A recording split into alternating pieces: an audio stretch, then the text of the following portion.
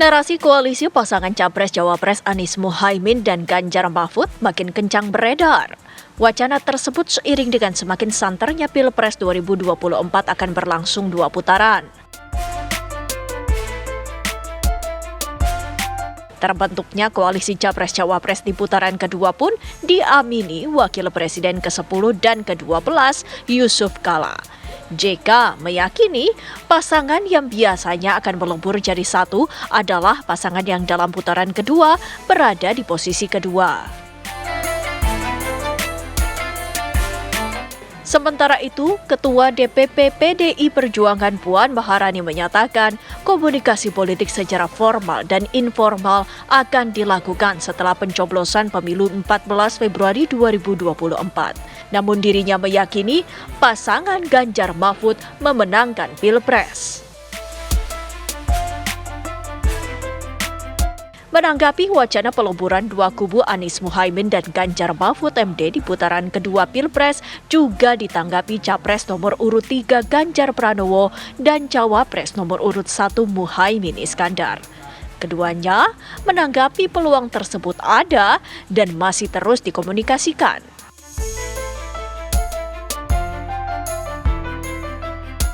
Lantas akankah koalisi Anies Muhaimin dan Ganjar Mahfud akan menjadi realita di putaran kedua Pilpres 2024 atau justru kubu yang kalah akan memilih merapat ke kubu Prabowo Gibran? Tim TV One mengabarkan.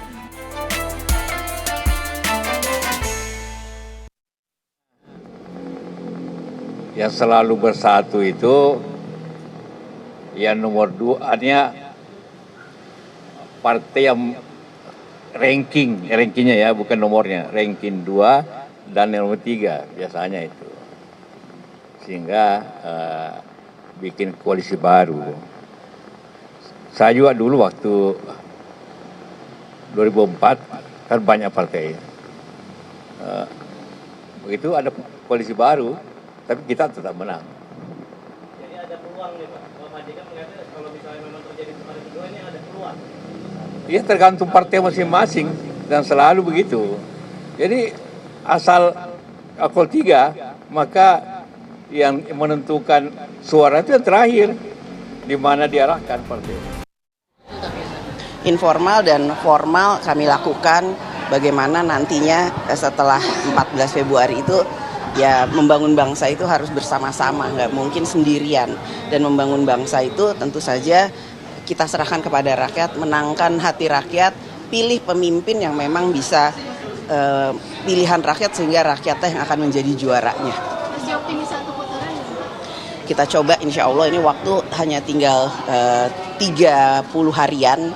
Jadi kita coba dinamikanya ini kan sekarang semuanya berusaha dan ini merupakan tantangan bagi kami untuk bisa memenangkan 14 Februari yang akan datang. Sabar, kita komunikasi sama semuanya.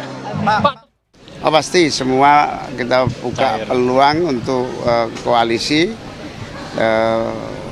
dan tentu masih belum bisa kita putuskan karena kita lihat siapa yang akan masuk di putaran kedua.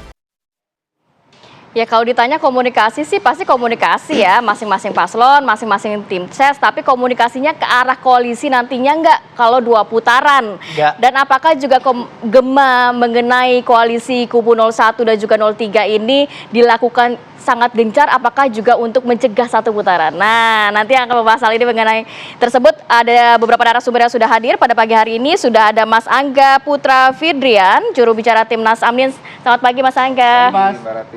Kemudian juga di samping Mas Angga ada Bang Juri Ardiantoro, Wakil Ketua TKM Prabowo Gibran. Selamat pagi Bang Juri. Pagi Bang.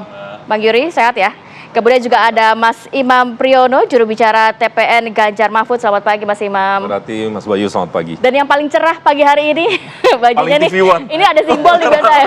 Ada simbol nih. Ini Mas Pangi Syarwi Caniago, analis politik. Selamat pagi Mas Ipang. Pagi Mbak Rati, Mas Bayu, semuanya. Berbicara mengenai hal ini, saya mau ke 01 dulu. Ini kayaknya kode keras dari 01. Anies ucapkan selamat ulang tahun kepada PDIP, kemudian Caimin berziarah ke makam Bung Karno, dan kabarnya ada komunikasi, benar ada komunikasi, tapi komunikasinya seberapa intens sih?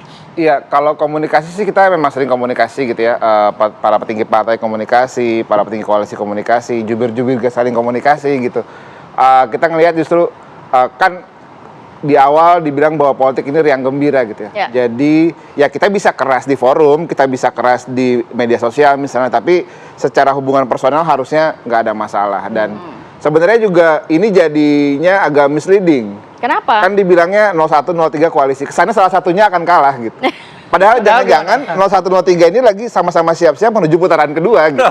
Kita buat tanding sama-sama biar lebih seru aja gitu. Jadi udah yakin 2 putaran ya? Ya, kita sih yakin 2 putaran. Tapi komunikasinya seberapa intens sih, ada nggak soal membahas bagaimana nantinya akan bergabung gitu setelah memang benar ada 2 putaran? Sebenarnya juga yang nggak kalah intens itu antisipasi kecurangan gitu ya. Karena kan kubu 1 dan kubu 3 salah satu yang resource-nya paling terbatas gitu ya. Sehingga kita gimana caranya mengantisipasi kecurangan-kecurangan pemilu ini bisa kita awasi sama-sama. Karena ketika kecurangan itu warnanya kental gitu, agak repot buat demokrasi. Makanya bukan cuma ngomongin tentang nanti akan ngapain, tapi sekarang kita harus apa nih buat antisipasi kecurangan, kira-kira gitu. Oke, Mas Imam. Ya, Mas Bayu. Ya kalau komunikasi pasti komunikasi ya. Sekarang saya langsung nanya deh gitu. Emang udah pasti kalau misal 2 putaran jatuh pilihannya ini jatuh pada pasangan Amin, bukan ke pasangan Pak Prabowo gitu.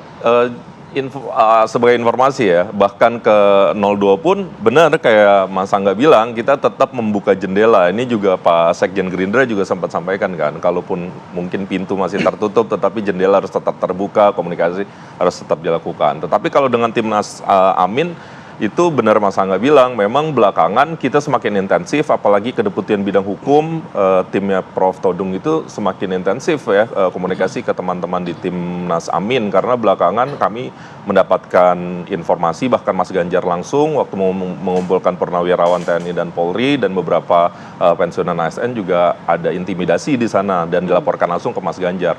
Otomatis kan komunikasi ini akan diteruskan ke Deputi Bidang Hukum, ada Prof. Todung Mulya Lubis yang menindaklanjuti hal tersebut. Dan memang jarak ini semakin dekat karena makin kesini kok makin banyak ya di TikTok, di media sosial, informasi-informasi ketidak netralan aparatus itu semakin masif ya. Terakhir tentu kita sama-sama lihat FYP kita kok tiba-tiba soal di Batubara ya, Kabupaten Batubara, ada kabarnya diduga PJ Bupati misalnya mendukung salah satu paslon. Di Sumatera Utara begitu ya, ada dinas pendidikannya tiba-tiba secara eksplisit membuka arah dukungan. Nah ini kan momentum komunikasinya jadi terbentuk gitu antara teman-teman. Jadi intensitas komunikasinya terbentuk karena dua paslon ini membaca adanya dugaan-dugaan kecurangan itu. Iya. Landasannya itu betul. Salah satunya itu akhirnya. Yang membuat kami bisa ketemu dan bukan karena suara 02 lebih tinggi dibandingkan nomor 01 dan juga 03. Kami justru lagi khawatir jangan-jangan yang satu putaran kami gitu. Jadi enggak khawatir kok satu putaran, kok khawatir, jangan khawatir dong. Jadi kan selama ini bukan kami yang klaim satu putaran, cuman kok hasil triangulasi dari survei, kemudian opini publik, opini media sosial ini justru positif trennya. Karena mungkin salah satunya Mas Ganjar paling rajin rasanya belusukan, Bu Atikoh calon ibu negara insya Allah juga belusukannya dahsyat gitu ya, nggak kalah Satset dan Tastes, dan Mas Alam Ganjar juga turun. Prof Mahfud sekarang punya acara yang lagi viral namanya Tabrak Prof, dan hal-hal itu kok tampaknya bikin kita semangat dan hasil-hasil kerja lapangan itu mulai tercermin di hasil survei. Oke, Mas Yuri, kalau melihat nih kubu 01 dan juga 03 nampaknya sudah ada komunikasi sedikit-sedikit begitu ya. Anda melihatnya apakah memang gema koalisi antara 01 dan 03 ini terus digaungkan karena juga untuk mencegah Pilpres satu putaran menurut Anda? Ya, di mana suara Anda cukup tinggi begitu, paling tinggi saat ini. Atau sebaliknya? Atau sebaliknya itu apa? Semakin kuat mereka berkomunikasi, membangun koalisi, semakin kuat untuk menuju satu putaran. Tapi gini, dari tadi ini klaimnya semua satu putaran nih kayaknya nih, masing-masing. Satu putaran. Jadi biasa saja sebetulnya komunikasi kan hal yang biasa antar partai politik, antar tim sukses, bahkan antar calon juga sebetulnya biasa saja. Meskipun kadang dibaca lebih dari sekedar komunikasi antar tim pendukung atau tim pasangan calon ya. Yang tidak dibaca kan juga banyak. Kan tidak sedikit juga teman-teman dari 01, teman-teman dari 03 juga komunikasi dengan 02. Itu sebetulnya biasa saja. Jadi nggak ada hal yang. Nah, posisi sekarang apakah diajak ngobrol juga nggak sama paslon Amin dan juga tergantung temanya. Kalau hari ini diajak ngobrol juga ya, kalau hari ini ya. Gitu. Nah, artinya soal komunikasi 1 putaran atau 2 putaran, kalau mereka kan sudah mengaku ada intensitas ya komunikasi. Nah, khusus untuk paslon nomor 2 gimana? Apakah memang juga berkomunikasi untuk membaca putaran 1, putaran 2? Kalau untuk membaca, kalau untuk komunikasi untuk membaca putaran kedua belum ada ya. Nggak ada, karena kami masih kerja keras untuk satu putaran menuju pemilu 1 putaran saja. Bukan hanya soal teknis ya, soal anggaran dan sebagainya, tapi sebetulnya kita ingin rangkaian kontestasi itu tidak terlalu panjang, karena nanti kita akan juga masuk ke pilkada di September kalau jadi perubahannya ya, September 2024. Justru saya tadi setuju dengan apa yang disampaikan Mbak Puan ya sebelum dialog ini ya, bahwa negara ini nggak bisa dikelola sendiri gitu. Negara ini harus dikelola bersama-sama. Jadi yang dimaksud komunikasi antar calon atau tim calon itu sebetulnya bukan hanya menuju putaran kedua, tetapi 1 putaran pun harus sudah dibicarakan gitu. Mana yang mau bergabung dengan 02 gitu untuk mengelola pemerintahan. Kayaknya 02 nih ya. Iya. Oke, kalau gitu nanti kita bahas lebih lanjut. Kayaknya masih malu-malu ya, Tia. Biarkan Mas Ipang yang nantinya membuka begitu ya Mas ya. Tapi kita tahan dulu ya, nanti kita akan jeda dulu sejenak, kita kembali saat lagi tetap bersama kami. Oke, langsung sajalah kita ke Mas Ipang. Mas Ipang ini kalau melihat 01, 03 masih malu-malu kucing Mas Ipang ya, komunikasi begitu, tapi belum ada, ya jelas kita nantinya putaran kedua akan berkoalisi gitu. Kalau Mas Ipang melihatnya sebenarnya apa sih yang menjadi faktor adanya muncul wacana-wacana ini ke publik belakangan? Iya, sebetulnya munculnya wacana tersebut tentu pandangannya berbeda-beda antara 2 mazhab itu kan. Mazhab pertama tentu kalau 02 menang 1 putaran dan tidak level confident pada putaran kedua. Karena ada kekhawatiran yang dianggap itu bergabungnya koalisi mesin partai PKS sama PDIP, itu kan canggih juga tuh, konsisten dan loyal secara ideologi dan grassroots-nya juga kuat. Ditambah nanti adalah kekuatan-kekuatan partai pengusungnya. Nah, yang kedua adalah kalau 01 sama 03 tidak siap 1 putaran karena dianggap akan kalah. Maka oleh karena itu menunggu waktu untuk diundur ini adalah ya menang hanya dengan 2 putaran, tidak bisa 1 putaran. Secara statistik angkanya masih jauh. Tapi kan mereka juga harusnya juga berkompetisi nantinya siapa yang bisa masuk ke putaran kedua ya. Nah, tentu ya memang 01 sama 03 tentu sekarang kan masih rentangnya range margin of error katanya begitu. Belum ada keputusan apakah 01 atau 03. Walaupun trennya sebetulnya ya mohon maaf tren 01 agak lebih tumbuh lebih baik secara elektoral kan. Tetapi kan 03 juga menyatakan punya kemampuan untuk bisa masuk putaran kedua, gelanggang putaran kedua. Yang kedua begini Mbak Rati, secara ideologis 02 juga percaya diri karena dia merasa juga menang baik putaran 1 mau putaran kedua. Logikanya begini kata dia, karena memang Ganjar Mahfud kan adalah nasionalis yang dianggap nasionalis, kemudian kelompok abangan ya, kemudian Anies adalah dianggap kan konservatif ya, Islam kanan, dan ini juga akan dianggap sangat kuat gitu.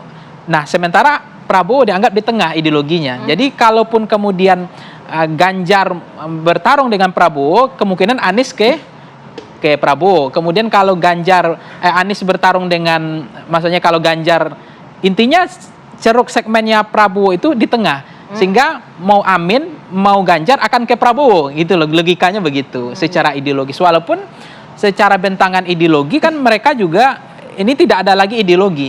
Kan pertarungan ini adalah transaksional pragmatis. Persamaan kepentingan adalah mendapatkan apa, bicara apa, dan konteksnya mau menang kan. Jadi saya mempercayai bahwa pertarungan ini adalah pertarungan yang sebetulnya yang menarik adalah nanti adalah ketua umum partai Mbak Rati. Ketua umum partai ini kan juga akan menentukan. Tidak mudah memang untuk memastikan nanti apakah 01 akan ke Prabowo, apakah 03 ke Prabowo. Tetapi kalau Belum kemudian lagi nanti partai pendukung di belakangnya apakah juga cukup cair begitu ya nantinya kalau berkoalisi, melihat ada Nasdem di situ, kemudian juga ada PKS. ya artinya walaupun nanti misalnya anggap misalnya begini ya, Bu Mega mengatakan misalnya nggak masuk putaran kedua ini. Kemudian Bu Mega mengatakan akan mengalihkan dukungan ke Pak Anies misalnya ya. Walaupun bagi yang lain mengatakan oh nggak mungkin ini selama ini PKS sama PDIP ini nggak mungkin Ya, ketemu, maksudnya kolomnya juga itu susah, tadi. ceruknya susah. Tapi kan dalam politik ternyata ideologi bisa cair, bisa hilang kan, seperti PKS dengan PKB misalnya selama ini nggak akan satu kolom satu ceruk. Nah, ternyata bisa. Tapi faktanya PKB sama PKS hari ini satu kolom kan, satu ceruk. Jadi tidak menutup kemungkinan PKS dan juga PDIP bisa satu kolom nanti. Iya satu kolom. Nah yang dikhawatirkan adalah bagi 02 PKS sama PDIP itu partai yang sama-sama loyal, partai ideologi, konsisten. Nah perjuangannya nanti adalah dianggap misalnya Pak Prabowo musuh bersama, termasuk ada Pak Jokowi di situ kan. Nah konteks itu yang dikhawatirkan. Tetapi sebetulnya 02 juga punya kemampuan untuk meyakinkan bahwa kami adalah punya kemampuan di dalam hal untuk memenangkan ini, pengalaman ketika di putaran kedua. Jadi percaya diri pada putaran kedua. Yang ketiga sebetulnya saya mengatakan nggak mudah grassroots itu diyakinkan oleh ketua umum partai. Ya. Nah apakah nanti putusan ketua umum partai mengatakan mengalihkan dukungan ke 01 tadi ke mana, 03 kemana, apakah itu diikuti oleh grassroots di bawahnya? Ya. Oke lah ketua umum misalnya Nasdem, ketua umumnya PKS atau ketua umum PKB nanti nggak masuk putaran kedua, kemudian mengalihkan dukungan kemana, grassroots-nya belum tentu ikut garis partai loh. Karena nggak mudah antara arusnya grassroots dengan kehendaknya putusan elit partai, nggak segampang. Bang Ipan tadi selalu bicara soal dua putaran. Padahal kan kita tahu ya setiap paslon ini klaimnya adalah satu putaran kan, semua kan. Iya kan gitu. Nah, tapi kalau hitung-hitungan apa yang terjadi dalam konstelasi saat ini, menurut Bang Ipang nih gitu, soal satu putaran gimana?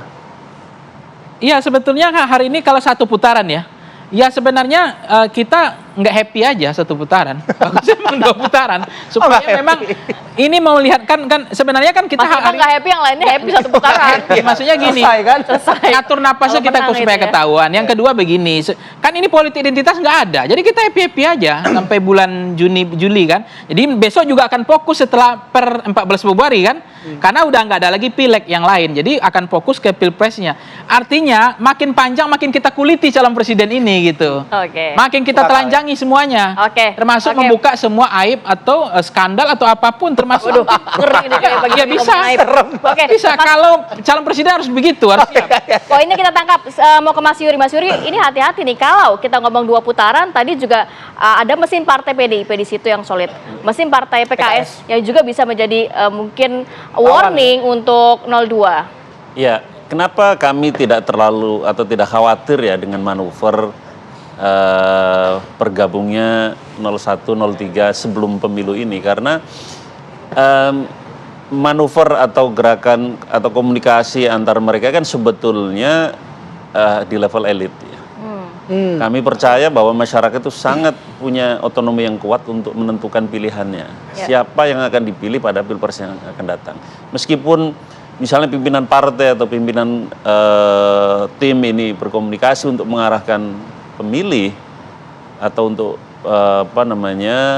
kepada calon tertentu, pemilih punya otonomi yang kuat untuk menentukan pilihan. Tadi dia bilang grassroots ini agak sulit juga ya. Betul.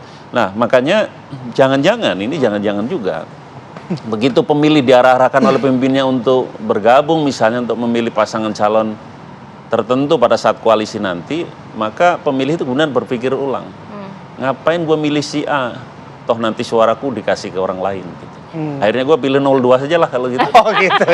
Jadi hati-hati juga nih teman-teman 01, 03 ini, gerakan untuk menggabungkan mereka itu justru membuat lari pendukungnya untuk milih 02. Bang Imam ada warning tuh tadi dari Mas Yuri. Hati-hati katanya, karena mungkin di grassroots juga suaranya belum tentu satu garis dengan para elit. Tapi kami melihatnya gini ya, mungkin secara alamiah kenapa 1 dan 3 itu cenderung punya kesamaan pandangan. Mungkin ini kan sebenarnya secara signifikan terkonsolidasi di saat kita punya pandangan dan pendapat yang sama betapa kondisi putusan nomor 90 di MK itu menggugah Jadi senasib rasa penanggungan gitu ya Mas Imam ya? ya karena kami sama-sama punya nilai yang sama yaitu menegakkan demokrasi. Oke. Dan ini terinternalisasi sampai ke akar rumput, Mbak. Jadi mungkin ada benar yang Mas Juri sampaikan bahwa masyarakat itu punya intuisinya sendiri, punya daya pikirnya sendiri, dan itu memang jangan-jangan akan terkristalisasi dengan sendirinya. Karena ini soal ideologis juga buat kami. Ya, PDI Perjuangan, Partai Persatuan Pembangunan, kemudian Perindo dan Hanura, ini tipe-tipe partai yang ideologis dan akar rumputnya itu cukup punya pemikiran yang sama dengan elitnya. Nah, jadi kekhawatirannya Mas Juri tadi sampaikan tidak mungkin terjadi lah ya kalau di akar rumput. Menurut Mas justru maksud saya mungkin ada benar ya, tapi akar rumput kami juga punya pemikiran yang sama, punya keresahan soal etika demokrasi, punya keresahan soal indikasi kecurangan, punya keresahan soal ASN yang semakin berpihak. Ini kan keresahan yang sampai akar, Mas. Ya. Ini bukan obrolan elit.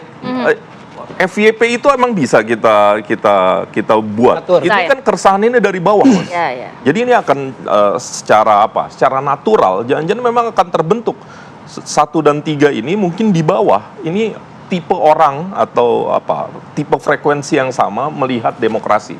Akhirnya secara alamiah dia terbentuk kesepahaman begitu. Oke, secara alamiah apakah yang ditweet oleh Mas Ganjar juga pagi hari ini alamiah gitu ya? Nanti kita bahas ya soal kita bahas lagi nanti juga sekalian ke Mas Angga ya, tapi kami harus jeda terlebih dahulu. Apa kabar Indonesia Pagi akan kembali sesaat lagi.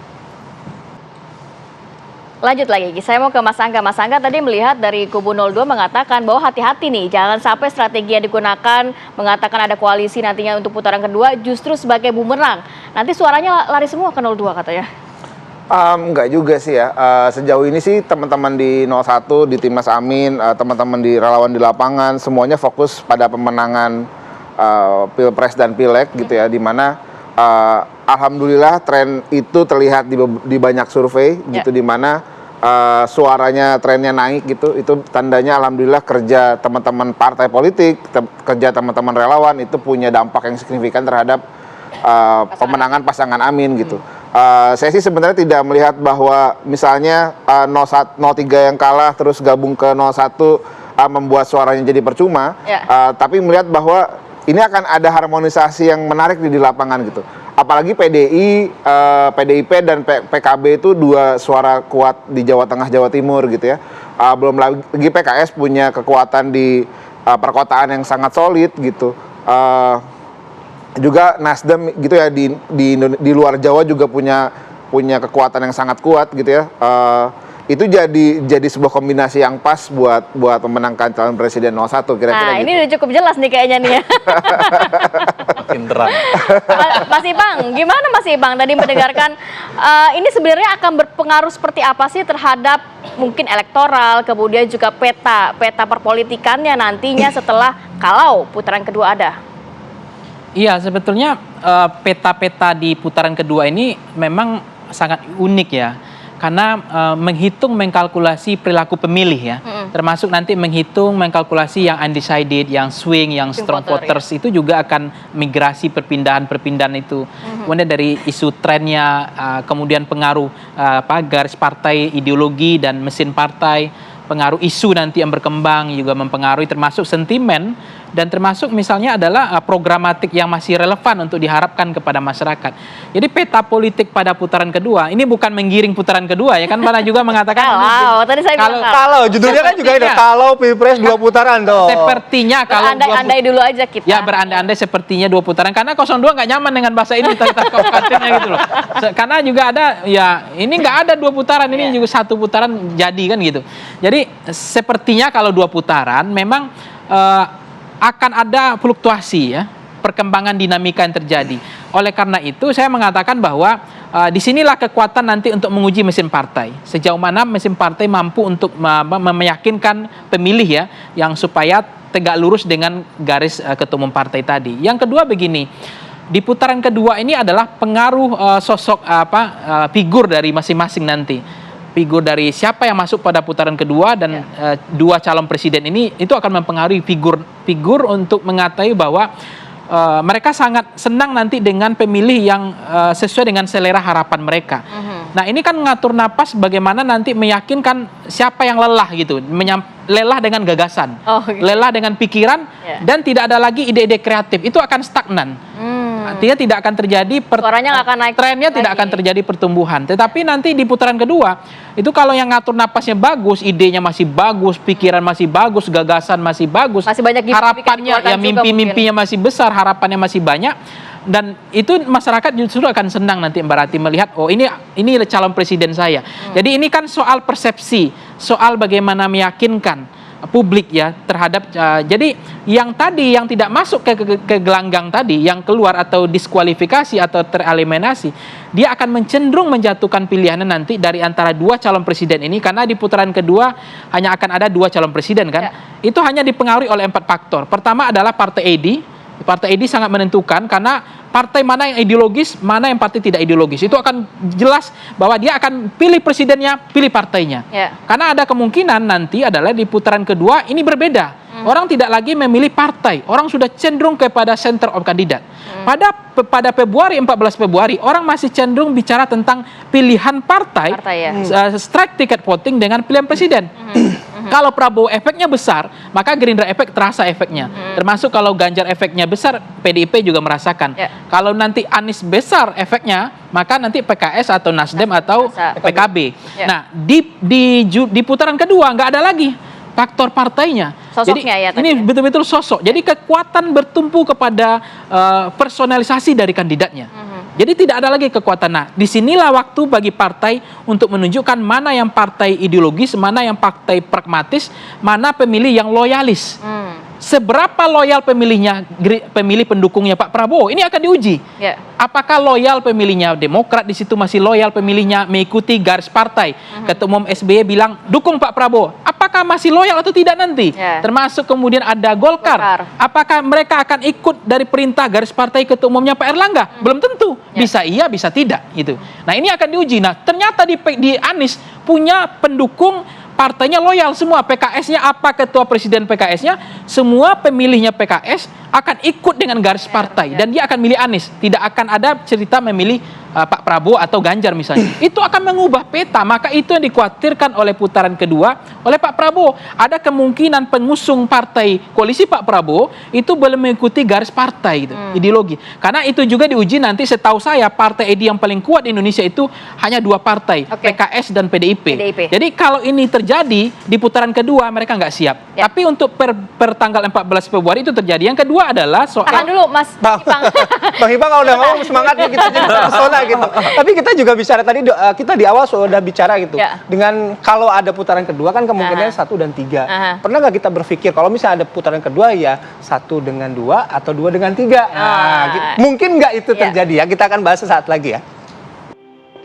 Baik, sebelum kita ke masing-masing tim ses, Mas Ipang lanjut dulu sedikit Mas Ipang poin-poin yang masih belum diutarakan tadi. Ya, ini yang menjadi tantangan, challenge, apakah kemungkinan nanti memang kalau secara elitnya mereka gabung, tapi betulkah grassroots-nya juga bisa gabung kolomnya, segmen pemilihnya yang dianggap tadi ada yang konservatif, ada nasionalis, ada abangan.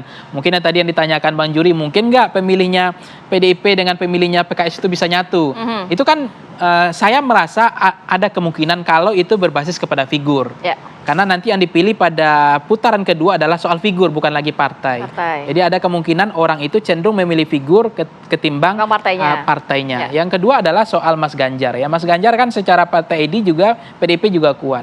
Nah, kemungkinan pemilih PDIP itu akan kemungkinan ada alasan untuk milih Ganjar. Tidak terjadi perbedaan antara pilihan partai dengan pilihan presiden. Itu juga terjadi pada Ganjar. Itu yang bisa menyelamatkan elektabilitas Ganjar hari ini, itu bisa bertahan. Karena kalau pemilih PDIP juga sudah migrasi besar, maka memang Ganjar akan trennya turun terus kan. Tapi melihat trennya Mas Ganjar kan masih bertahan. Walaupun ada pertumbuhan tapi belum signifikan kan. Nah, kalau kemudian di partai koalisinya Pak Prabowo, menurut saya soal yang kedua adalah persoalan programatik ini. Programatik ini kan pertama adalah partai ID ya, yang kedua adalah programatik, yang ketiga personalisasi kandidat. Nah, yang programatik ini menurut saya ini yang akan diuji challenge tantangan sejauh mana kemampuan mereka untuk memberikan harapan dan janji. Karena harapan dan janji ini penting bagi rakyat hari ini. Makanya 2 ini hari ini Mbak Rati, dari programatik, 2 yang Ganjar tidak seksi. Oke. Karena dianggap positioningnya tidak jelas, ada perubahan, ada keberlanjutan. Nah, inilah tantangan bagi baik kubu 01 maupun kubu 02 untuk membuktikan secara programatik mana irisannya sesuai dengan persamaan kepentingannya dengan harapan rakyat. Yang satu ingin perubahan, satu ingin keberlanjutan. Yang terakhir adalah soal yang menurut saya isu. Isu ini menjadi penting. Polarisasi isu hari ini itu belum kuat. Pada perubahan belum kuat, keberlanjutan hanya ingin mengklaim tentang Pak Jokowi saja. Tapi kemudian prestasi capaian kinerja Pak Prabowo tidak pernah disosialisasikan, tidak pernah dijelaskan, seolah-olah semuanya menjadi prestasi Pak Jokowi. Itu juga nanti menurut saya kering pada putaran kedua. 02 tidak punya gagasan. Baik. Selesai. Maka 01 ada kemungkinan untuk mentekel itu, mengambil alih isu itu untuk melanjutkan isu perubahan itu. Tetapi kalau isunya nggak keras, nggak tegas, sekarang menurut saya masih setengah-setengah hati. Isu perubahan yang dimainkan oleh 01.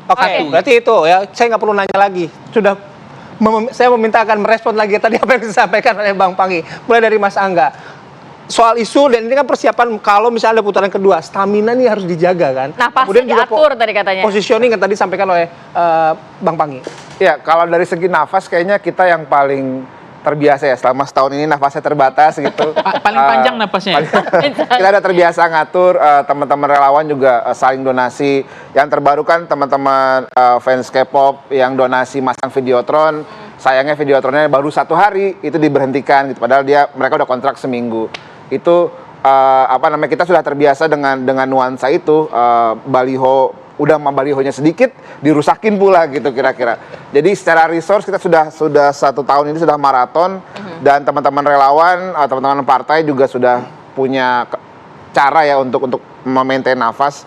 Tapi kaitan sama tadi Bang Panggi itu kaitan sama isu, makanya Pak Anies itu selalu konsisten ngomongin isu gitu, dari mulai IKN, pembangunan 40 kota, bicara tentang pemerataan, keadilan sosial, itu yang ditemukan sehari-hari di lapangan gitu. Kemarin saya juga ikut ke Ambon, kelihatan sekali, meskipun orang bakal ngelihat ya, Ambon itu kan kayaknya bukan tempatnya Pak Anies gitu kira-kira. Tapi itu orang rame datang, memang mereka ngerasa kita harus hidup lebih baik lagi gitu dari sekarang. Sekarang hidup kita gini-gini aja, semoga kalau pemimpin berubah, hidup kita jadi lebih baik. Nah, itu yang selalu kita temukan di hampir semua kota tempat Pak Anies Baswedan turun. Dan yang nggak boleh dilupa juga, cuma 01 dan 03 yang figurnya nggak punya kasus kira-kira gitu.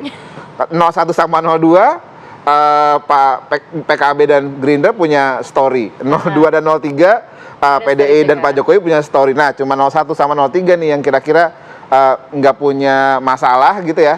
Sehingga bisa jadi kita taruh sama-sama di putaran kedua nanti. Saling bertanding.